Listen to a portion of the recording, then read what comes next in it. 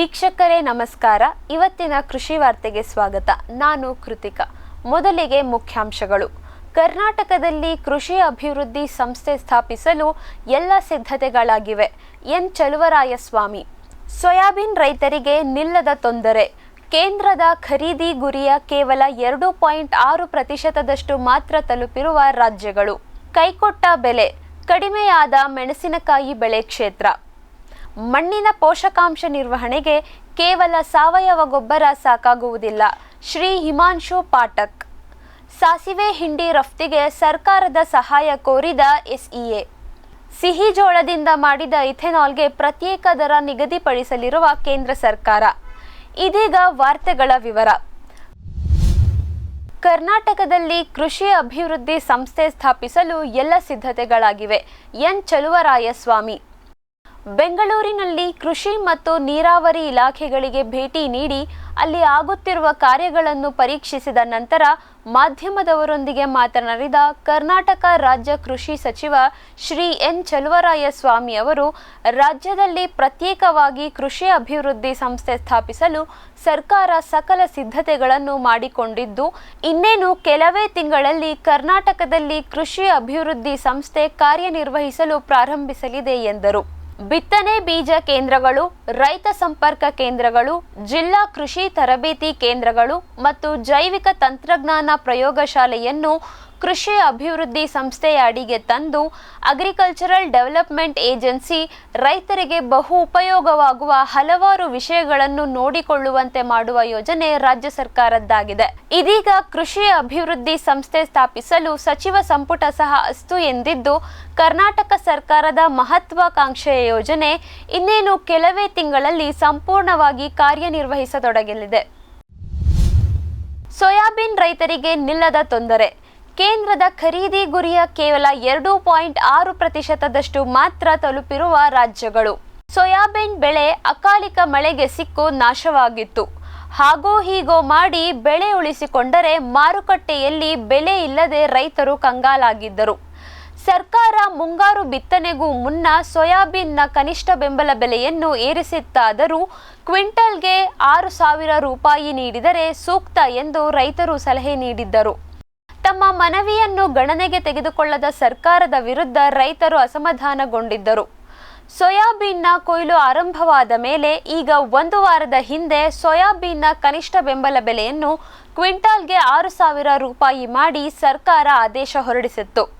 ಇದರಿಂದ ಖುಷಿಯಾಗಿದ್ದ ರೈತರು ಕೊನೆಗೂ ಸಹ ತಾವು ಕಷ್ಟಪಟ್ಟು ಬೆಳೆದ ಬೆಳೆಗೆ ಉತ್ತಮ ಬೆಲೆ ಸಿಗಲಿದೆ ಎನ್ನುವ ಆಶಾಭಾವನೆಯಲ್ಲಿದ್ದರು.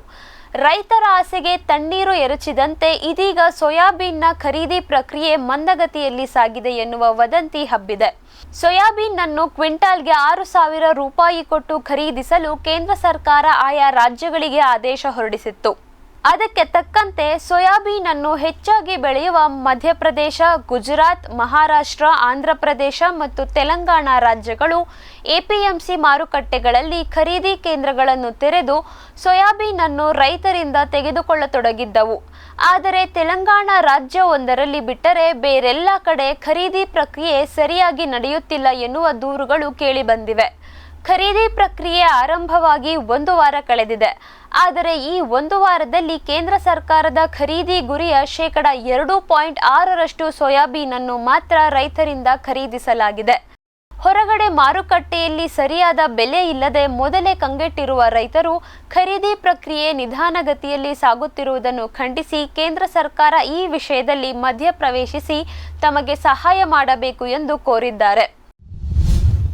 ಕೈಕೊಟ್ಟ ಬೆಲೆ. ಕಡಿಮೆಯಾದ ಮೆಣಸಿನಕಾಯಿ ಬೆಳೆ ಕ್ಷೇತ್ರ. ಕೆಂಪು ಮೆಣಸಿನಕಾಯಿಯನ್ನು ಹೆಚ್ಚಾಗಿ ಬೆಳೆಯುವ ದಕ್ಷಿಣ ಭಾರತದ ರಾಜ್ಯಗಳಾದ ಆಂಧ್ರಪ್ರದೇಶ, ತೆಲಂಗಾಣ ಮತ್ತು ಕರ್ನಾಟಕದಲ್ಲಿ ಈ ಬಾರಿ ಮೆಣಸಿನಕಾಯಿಯ ಬಿತ್ತನೆ ಕ್ಷೇತ್ರ ಕಡಿಮೆಯಾಗಿದ್ದು, ಈ ವರ್ಷದ ಇಳುವರಿ ಕಡಿಮೆಯಾಗಲಿದೆ ಎನ್ನುವ ಅಂದಾಜಿದೆ. ಕಳೆದ ಕೆಲ ವರ್ಷಗಳಿಂದ ಮಾರುಕಟ್ಟೆಯಲ್ಲಿ ಒಣ ಕೆಂಪು ಮೆಣಸಿಗೆ ಸರಿಯಾದ ಬೆಲೆ ಸಿಗುತ್ತಿಲ್ಲ.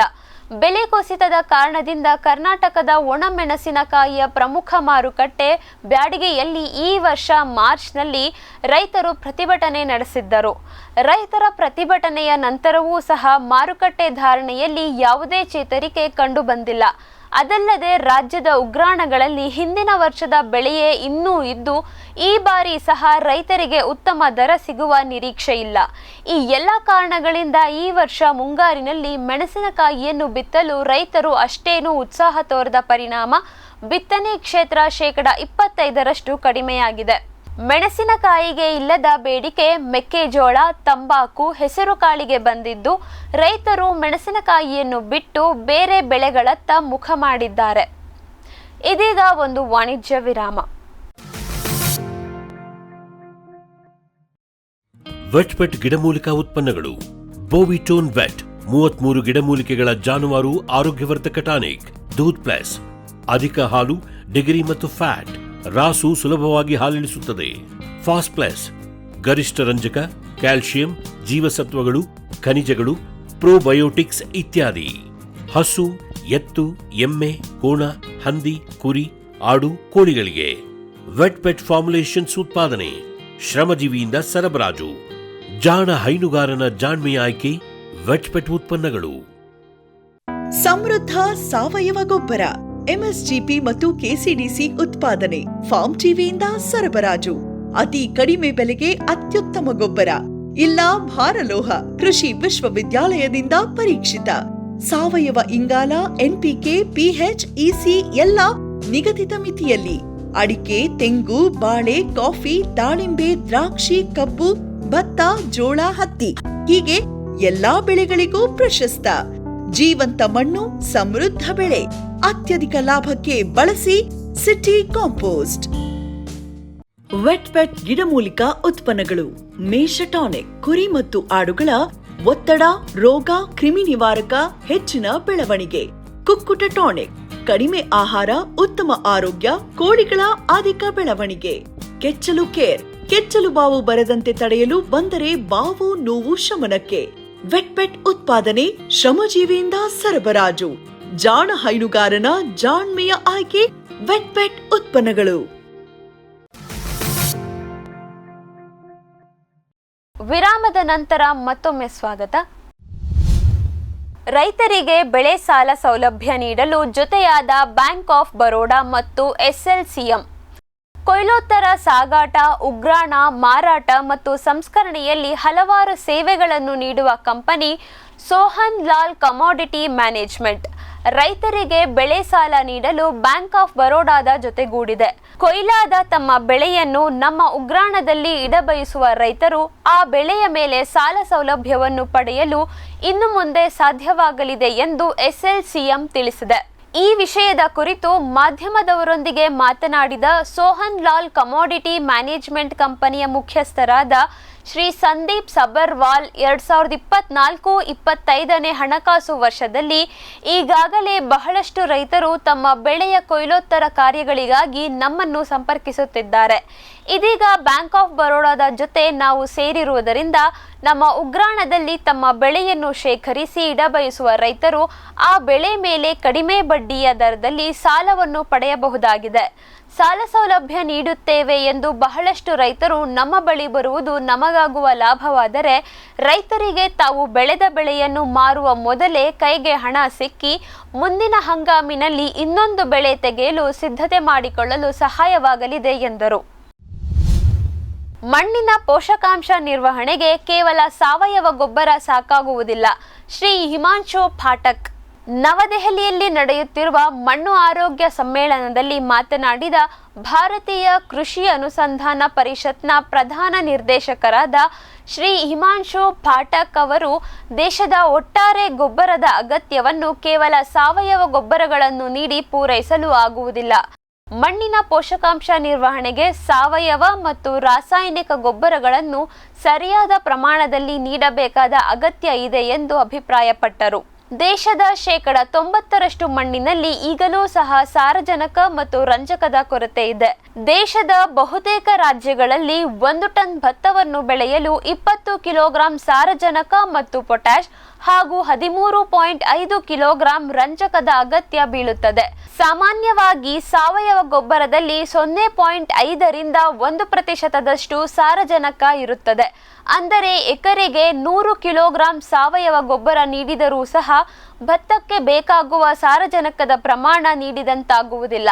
ಕೇವಲ ಭತ್ತ ಒಂದೇ ಅಲ್ಲ, ಇತರೆ ಬೆಳೆಗಳಿಗೂ ಸಹ ಸಂಪೂರ್ಣ ಸಾವಯವ ಗೊಬ್ಬರವನ್ನು ನೀಡಿ ಬೆಳೆಗೆ ಬೇಕಾಗುವ ಪೋಷಕಾಂಶವನ್ನು ನೀಡುವುದು ಸಾಧ್ಯವಿಲ್ಲ ಎಂದು ಅಭಿಪ್ರಾಯಪಟ್ಟರು. ದೇಶದಲ್ಲಿ ಕೆಲ ರೈತರು ಕೇವಲ ರಾಸಾಯನಿಕ ಗೊಬ್ಬರವನ್ನು ಮಾತ್ರ ಕೊಟ್ಟು ಬೆಳೆ ಬೆಳೆಯುವುದನ್ನು ಖಂಡಿಸಿದ ಅವರು, ನಿರ್ದಿಷ್ಟ ಪ್ರಮಾಣದಲ್ಲಿ ಸಾವಯವ ಮತ್ತು ರಾಸಾಯನಿಕ ಗೊಬ್ಬರಗಳನ್ನು ನೀಡುವ ರೂಢಿಯನ್ನು ರೈತರು ಅಳವಡಿಸಿಕೊಳ್ಳಬೇಕು ಎಂದರು.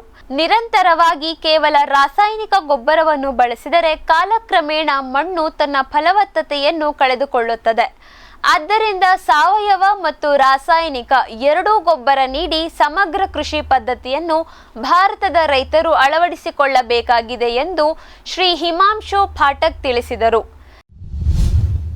ಸಾಸಿವೆ ಹಿಂಡಿ ರಫ್ತಿಗೆ ಸರ್ಕಾರದ ಸಹಾಯ ಕೋರಿದ ಎಸ್ಇಎ. ಈ ಹಿಂಗಾರಿನ ಹಂಗಾಮಿನಲ್ಲಿ ಸಾಸಿವೆ ಬಿತ್ತನೆ ಕ್ಷೇತ್ರ ಕಡಿಮೆಯಾಗಿದೆ ಎನ್ನುವ ವರದಿಯನ್ನು ನಾವು ಈಗಾಗಲೇ ಬಿತ್ತರಿಸಿದ್ದೆವು. ಈ ವಿಷಯದ ಗಂಭೀರತೆಯನ್ನು ಅರಿತ solvent extractor association of India ಈ ಕೂಡಲೇ ಸರ್ಕಾರ ಸಾಸಿವೆಯ ಕನಿಷ್ಠ ಬೆಂಬಲ ಬೆಲೆಯನ್ನು ಹೆಚ್ಚಿಸಬೇಕು ಮತ್ತು ಸಾಸಿವೆ ಹಿಂಡಿಯನ್ನು ರಫ್ತು ಮಾಡಲು ಸರಾಗವಾಗುವಂತಹ ನಿಯಮಾವಳಿಯನ್ನು ರೂಪಿಸಬೇಕು ಎಂದು ಕೋರಿದೆ. ಸಾಸಿವೆ ಸೇರಿದಂತೆ ಹಲವಾರು ಹಿಂಗಾರು ಬೆಳೆಗಳ ಕನಿಷ್ಠ ಬೆಂಬಲ ಬೆಲೆಯನ್ನು ಸರ್ಕಾರ ಏರಿಸಿತ್ತು.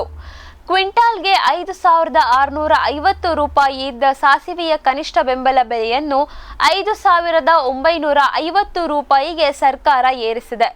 ಆದರೆ ಕ್ವಿಂಟಾಲ್ಗೆ ಕನಿಷ್ಠವೆಂದರೂ 6,500 ರೂಪಾಯಿ ಸಿಕ್ಕರೆ ಮಾತ್ರ ರೈತರು ಸಾಸಿವೆಯನ್ನು ಬೆಳೆಯಲು ಮುಂದೆ ಬರುತ್ತಾರೆ ಎಂದು ಎಸ್ಇಎ ಅಭಿಪ್ರಾಯಪಟ್ಟಿದೆ. ಈಗಾಗಲೇ ಭಾರತದಿಂದ ಶೇಂಗಾ ಹಿಂಡಿ ಮತ್ತು ಹತ್ತಿಕಾಳು ಹಿಂಡಿ ವಿದೇಶಗಳಿಗೆ ರಫ್ತಾಗುತ್ತಿವೆ. ಅದೇ ರೀತಿ ಸಾಸಿವೆ ಹಿಂಡಿ ಸಹ ರಫ್ತಾದರೆ ರೈತರಿಂದ ಸಾಸಿವೆ ಖರೀದಿಸುವ ಎಣ್ಣೆಗಾಣದವರು ಹೆಚ್ಚಿನ ಬೆಲೆ ಕೊಡಲು ಸಿದ್ಧವಾಗುತ್ತಾರೆ. ಆದ್ದರಿಂದ ಸಾಸಿವೆಯ ಹಿಂಡಿಗೂ ಸಹ ರಫ್ತಿನ ಭಾಗ್ಯ ಬರುವಂತೆ ಮಾಡಬೇಕೆಂದು ಸಾಲ್ವೆಂಟ್ ಎಕ್ಸ್ಟ್ರಾಕ್ಟರ್ಸ್ ಅಸೋಸಿಯೇಷನ್ ಆಫ್ ಇಂಡಿಯಾ ಸರ್ಕಾರಕ್ಕೆ ಮನವಿ ಮಾಡಿದೆ. ಸಿಹಿ ಜೋಳದಿಂದ ಮಾಡಿದ ಇಥೆನಾಲ್ಗೆ ಪ್ರತ್ಯೇಕ ದರ ನಿಗದಿಪಡಿಸಲಿರುವ ಸರ್ಕಾರ. ಕೆಲ ದಿನಗಳ ಹಿಂದಷ್ಟೇ ಕೇಂದ್ರ ಸರ್ಕಾರ ಇಥೆನಾಲ್ ತಯಾರಿಕೆಗೆ ಸಿಹಿ ಜೋಳವನ್ನು ಬಳಸಲು ಯೋಚಿಸುತ್ತಿದೆ ಎಂಬುದಾಗಿ ನಾವು ವರದಿ ಮಾಡಿದ್ದೆವು. ಇದೀಗ ಸರ್ಕಾರ ಸಿಹಿ ಜೋಳದಿಂದ ಇಥೆನಾಲ್ ತಯಾರಿಸಲು ಒಪ್ಪಿಗೆ ನೀಡಿದೆ. ಈಗಾಗಲೇ ಸಿಹಿ ಜೋಳ ಬೆಳೆಯುತ್ತಿರುವ ರೈತರಿಗೆ ಇದು ಖುಷಿಯ ವಿಷಯವಾಗಿದ್ದು, ಸಿಹಿ ಜೋಳದಿಂದ ತಯಾರಿಸಿದ ಇಥೆನಾಲ್ಗೆ ಪ್ರತ್ಯೇಕ ದರವನ್ನು ಸರ್ಕಾರ ನಿಗದಿಪಡಿಸುತ್ತದೆ ಎನ್ನಲಾಗಿದೆ. ಕಬ್ಬಿನ ಹಾಲಿನಿಂದ ಮಾಡಿದ ಇಥೆನಾಲ್ಗೆ ಲೀಟರ್ಗೆ 65.61 ರೂಪಾಯಿಯನ್ನು ಸರ್ಕಾರ ನಿಗದಿಪಡಿಸಿದೆ. ಅದೇ ರೀತಿ ಸಿಹಿ ಜೋಳದಿಂದ ತಯಾರಾದ ಇಥೆನಾಲ್ನ ಗುಣಮಟ್ಟವನ್ನು ಆಧರಿಸಿ 1 ಲೀಟರ್ ಇಥೆನಾಲ್ ತಯಾರಿಸಲು ತಗುಲುವ ವೆಚ್ಚವನ್ನು ಗಮನದಲ್ಲಿರಿಸಿಕೊಂಡು ಸರ್ಕಾರ ಇಥೆನಾಲ್ನ ಬೆಲೆಯನ್ನು ನಿಗದಿಪಡಿಸಲಿದೆ. ಸರ್ಕಾರ ಇಥೆನಾಲ್ಗೆ ಬೆಲೆ ನಿಕ್ಕಿ ಮಾಡಿದ ನಂತರ ರೈತರ ಹತ್ತಿರ ಕ್ವಿಂಟಾಲ್ಗೆ ಎಷ್ಟು ಹಣ ನೀಡಿ ಸಿಹಿ ಜೋಳ ಖರೀದಿಸಬೇಕು ಎಂದು ಇಥೆನಾಲ್ ತಯಾರಿಕಾ ಘಟಕದವರು ನಿರ್ಧರಿಸುತ್ತಾರೆ. ಆದ್ದರಿಂದ ಅತಿ ಶೀಘ್ರವಾಗಿ ಸರ್ಕಾರ ಸಿಹಿ ಜೋಳದಿಂದ ತಯಾರಿಸಿದ ಇಥೆನಾಲ್ಗೆ ಬೆಲೆ ನಿಗದಿಪಡಿಸಬೇಕು ಎಂದು ರೈತರು ಒತ್ತಾಯಿಸಿದ್ದಾರೆ. ಇವಿಷ್ಟು ಇವತ್ತಿನ ಕೃಷಿ ವಾರ್ತೆ. ನಿರಂತರ ಕೃಷಿ ಕುರಿತಾದ ಕಾರ್ಯಕ್ರಮಗಳಿಗಾಗಿ ವೀಕ್ಷಿಸಿ ಫಾರ್ಮ್ ಟಿವಿ. ನಮಸ್ಕಾರ.